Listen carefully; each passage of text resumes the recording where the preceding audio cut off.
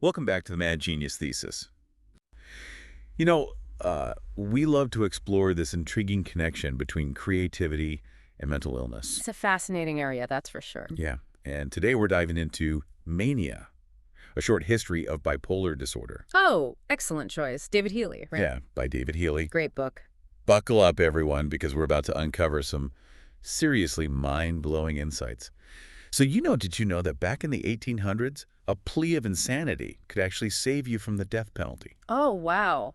Really? I did not know that. Yeah, it's this wild legal loophole we'll unpack later in this deep dive. That's a perfect example of how our understanding of mania and mental illness in general has evolved. Yeah, for sure. It's not just about science, it's about how society views these conditions. Exactly. And Healy does a fantastic job of tracing that evolution. Like, he starts us off in ancient Greece, where mania was seen as a kind of frenzy or delirium. Oh, interesting. Think high fevers and agitation and raving. Really? So they saw it as this external physical kind of thing. Yeah. Interesting. Yeah. And they believed that this frenzy was caused by an excess of hot bile in the brain. It's a far cry from how we understand it today, but, it highlights how our concept of mental illness has shifted. We've gone from focusing on observable behaviors to internal subjective experiences. Yeah, it's fascinating how even the language we use reflects this shift. Right. Like you mentioned the word frenzy, which comes from the Greek word for brain phren. And get this, that same root word is also at the heart of schizophrenia. Wow, that's incredible. Yeah. It really shows how interconnected our language and our understanding of the brain truly are. But let's fast forward. Let's go to the 19th century, when the rise of the asylum really changed the game. Yeah, the asylums, for all their faults, they forced doctors to start Right. categorizing mental illness in new ways. Right. Like they were dealing with large numbers of patients, which led to the first attempts at classifying mania. Exactly. And this is where figures like Jean-Étienne Dominique Esquirol come in. He made this really crucial distinction between intellectual mania, which involved delusions, and affective mania, which centered more on emotional and behavioral disturbances. Right. It was a big step towards recognizing all these different facets of mania. Yeah. And then there's James Pritchard, who introduced the idea of moral insanity, a disorder of behavior without any intellectual impairment. Now that's really interesting. Yeah. It's like a precursor to what we now call psychopathy, isn't it? Yeah. Wow. Pritchard's work was so groundbreaking because it challenged that prevailing notion that all insanity involves some kind of intellectual defect. Right. And this paved the way for recognizing that behavioral disturbances could be like a core feature of certain mental illnesses. Yeah. So we're starting to see a more nuanced picture of mania emerge here. Yeah.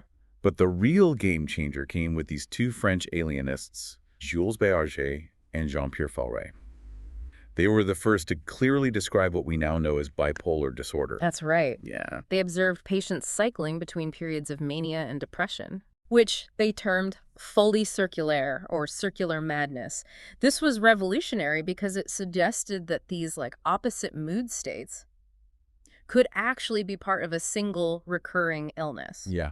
That had to have huge implications for how we understand mental illness, but also for the legal system. Oh, absolutely. You're right. Right. Their work raised these complex questions about responsibility and accountability. Totally. If someone was only partially insane during a manic episode, could they be held fully responsible for their actions? This debate still resonates today. It's incredible how these early observations laid the groundwork for our modern understanding of bipolar disorder. But the story doesn't end there. No, it doesn't. We have to talk about Emil Kraepelin, Okay. a German psychiatrist. He really took this concept of circular insanity and ran with it. He grouped various myth disorders under the term manic-depressive insanity, emphasizing that cyclical nature that Béarger and Faure had observed. Right.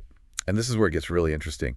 Kraepelin believed that the course of an illness, whether it got better or worse over time, was crucial for diagnosis. That's fascinating. Yeah. So he was really looking at the long-term trajectory. Yeah. Interesting. Yeah. And that focus on disease course Mm-hmm. has profoundly influenced how we classify mental illness today. Kraepelin's work marked a major shift towards a more systematic and scientific approach to understanding mania. So by the end of the 19th century, we're starting to see a more coherent picture of mania and bipolar disorder emerge.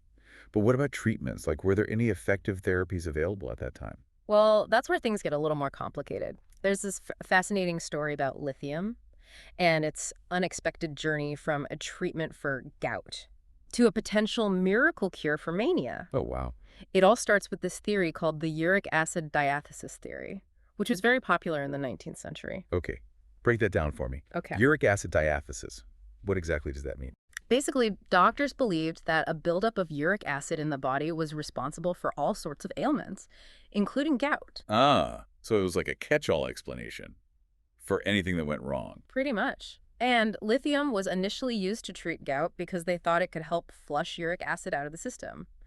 But then, something interesting happened.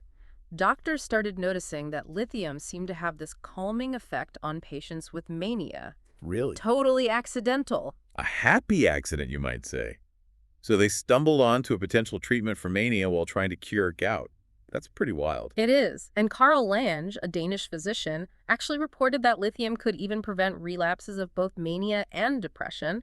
But unfortunately, his findings were largely ignored for decades. So lithium was kind of like a medical Cinderella story, like overlooked for years before finally getting its moment in the spotlight. It's a shame that such a potentially impactful discovery was neglected for so long. You said it. But eventually, in the 1950s, another Danish researcher named Mogens Schau picked up the lithium torch and became a real champion for its use as a mood stabilizer. Oh, wow. Yeah, his work was met with some skepticism at first, but it ultimately helped pave the way for the modern treatment of bipolar disorder. It's a great example of how scientific discoveries can sometimes be forgotten and then rediscovered, leading to huge leaps forward in medicine. But we've covered a lot of ground in this first part of our deep dive. We've gone from ancient Greece to the rise of the asylum to the accidental discovery of lithium as a treatment for mania. It's been a whirlwind tour. Where do we go from here? Well, in the next part of our exploration, we'll delve into the modern era and look at some of the challenges and controversies surrounding the diagnosis and treatment of bipolar disorder today. Interesting. Sounds like things are about to get really thought-provoking. Listeners, stay tuned for part 2 of our deep dive into Mania by David Healy, where we'll uncover even more fascinating twists and turns in the story of this complex and compelling condition. We've journeyed through centuries of trying to understand mania, from hot bile imbalances to the unexpected benefits of lithium. But now, let's leap into the modern landscape. Things get pretty fascinating, even a bit troubling at times. Okay, so we're entering the era of modern psychiatry, which I imagine comes with its own set of baggage. What's the most significant development Healy highlights? One of the most striking shifts Healy points out is the dramatic increase in diagnoses of bipolar disorder, particularly in children. Right. It's a trend that ignited a firestorm of debate. Are we genuinely seeing an epidemic, or are we overdiagnosing and overmedicating kids? That's the bipolar child phenomenon. Exactly. Yeah, I remember this being a huge discussion point back in the day. It does raise some serious ethical considerations, especially when you're talking about young, developing minds. Absolutely. The implications are profound. Healy doesn't shy away from this sensitive issue at all. He questions if we're too quick to pathologize, what might just be normal childhood behaviors. And he probes the complex interplay between diagnosis, societal expectations, and the immense influence of the pharmaceutical industry. Speaking of the pharmaceutical industry, that's a thread Healy weaves throughout the book. Yeah. It makes you wonder, are we truly understanding mental illness, or are we being shaped by powerful marketing forces? Healy definitely raises any red flags about the commercialization of mental health. Yeah. He points to the rise of direct-to-consumer advertising, where drug companies are often marketing diseases as much as they're marketing drugs. Yeah. Those ubiquitous TV ads for medications. They do all the time. They subtly suggest that everyday experiences like feeling down or having trouble sleeping could be signs of a serious medical condition that requires intervention. It's almost like we're being conditioned to view ourselves as patients in need of constant medical solutions. Yeah. And in the case of children, it seems especially concerning. Absolutely. Are we sure we understand the long-term consequences of these powerful psychotropic medications on developing brains? That's a question Healy grapples with throughout the book. He doesn't denounce medication outright, but he advocates for a more cautious and critical approach, particularly when it comes to children. He highlights this really fascinating historical contrast. In the 1950s, the discovery of chlorpromazine, the first antipsychotic drug, was met with cautious optimism. Cautious optimism. Yeah. That's a stark difference from the marketing blitz we see today for new psychiatric medications. Exactly. Uh, Back then, doctors were hesitant to widely embrace a new treatment without fully understanding its long-term effects. There was a sense of responsibility, a recognition that they were dealing with potent substances that could have unintended consequences. So what you're saying is there was a shift from an emphasis on caution and observation to a more aggressive approach to treatment. Right. Is Healy suggesting that we've lost that sense of prudence? Well, Healy seems to imply that we've become too quick to seek a quick fix for any problem, a belief that there's a pill for every ailment. And he expresses particular concern about the growing trend of using antipsychotics for a wide range of conditions, Right. even in children who may not actually have a psychotic disorder. Healy calls this disease mongering, right? Yes. Essentially the expansion of what constitutes a disease, often for commercial gain. Exactly. He argues that this practice is rampant in the realm of mental health. Think of conditions like social anxiety disorder, generalized anxiety disorder, even premenstrual dysphoric disorder. These are all examples of how we've broadened the definition of mental illness, sometimes, Healy argues, with the help of pharmaceutical companies who stand to benefit from these expanded diagnoses. It's a troubling thought that our very understanding of what constitutes mental illness is being influenced by commercial interests. It's unsettling, isn't it? Yeah. It's a bit like a self-fulfilling prophecy. Create a new disease category, market it effectively, and suddenly you have millions of new patients needing treatment. Healy delves into a specific case study to illustrate this point, right? He does. He brings up the fascinating story of valproic acid, Oh? better known by its brand name, Depakote. It was originally developed as a treatment for epilepsy, but it also happened to have mood-stabilizing effects. So another accidental discovery like lithium. Indeed. That seems to be a recurring theme in the history of psychiatry. It is, but what's really fascinating is how valproic acid became this blockbuster drug for bipolar disorder. Healy contends that this was largely due to a shrewd marketing strategy by Abbott Laboratories, the company that manufactured Depakote. Shrewd in what sense? Well, they essentially took an existing drug, one that had been around for decades, and rebranded it as a cutting-edge treatment for bipolar disorder. Oh, wow. They heavily promoted the concept of mood stabilization, which had gained a lot of traction following the success of lithium. So they capitalized on a trend and strategically positioned their drug as a superior alternative to lithium. Exact. But wasn't Depakote still primarily an anticonvulsant medication? It was, but Abbott Laboratories downplayed that aspect and really focused on its mood-stabilizing properties.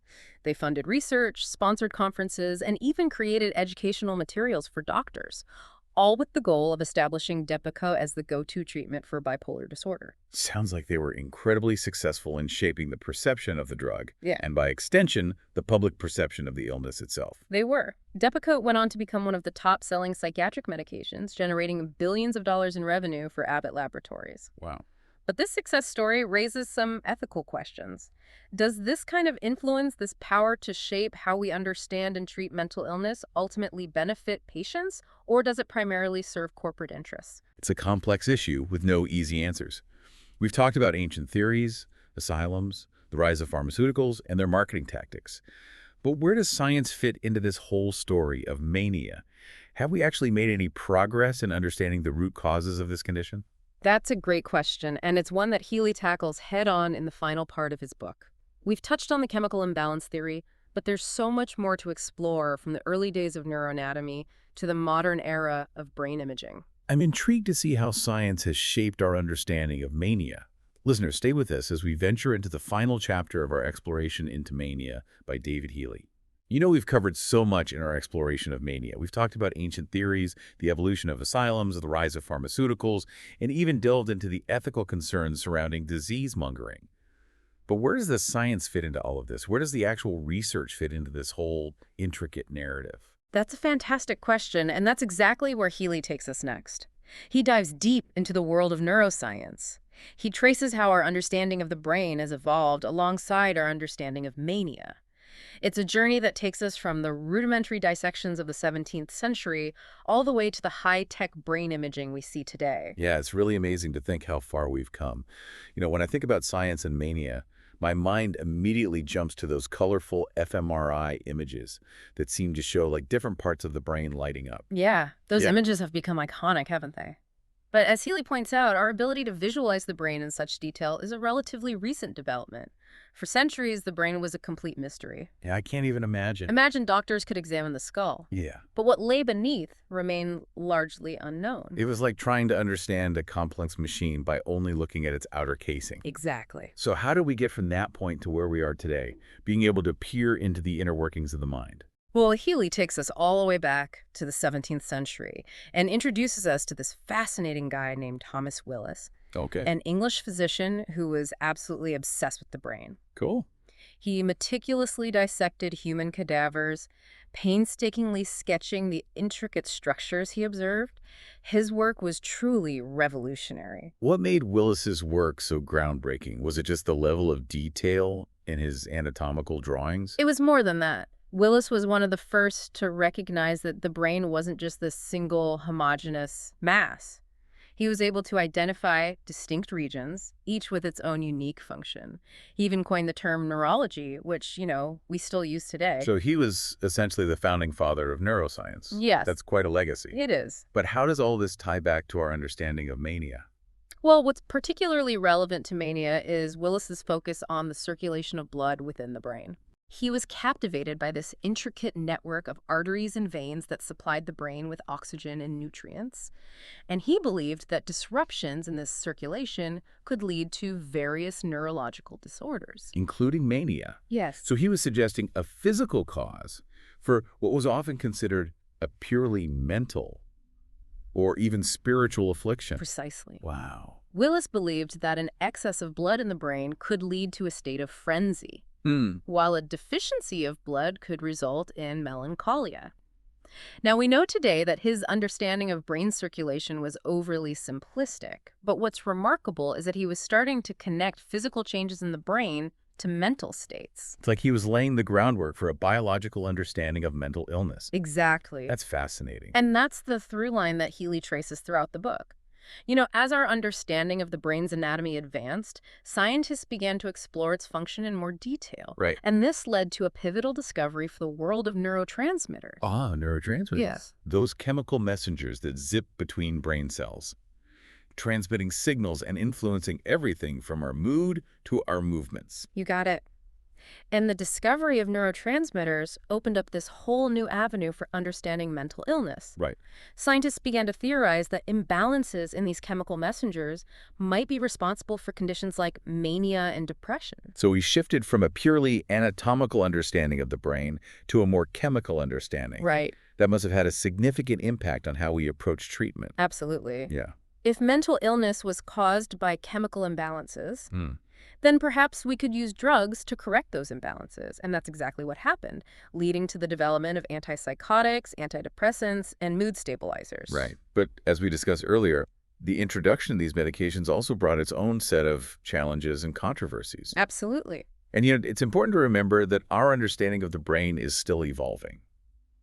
What we hold as scientific truth today could be overturned by new discoveries tomorrow. Yeah, Healy really emphasizes that point. He reminds us that we're still piecing together the puzzle of the brain, and our understanding of mania is intricately linked to that ongoing exploration. It's a humbling thought. So where does that leave us in our ongoing quest to unravel the connection between creativity and mental illness? The central question we explore here on the Mad Genius Thesis.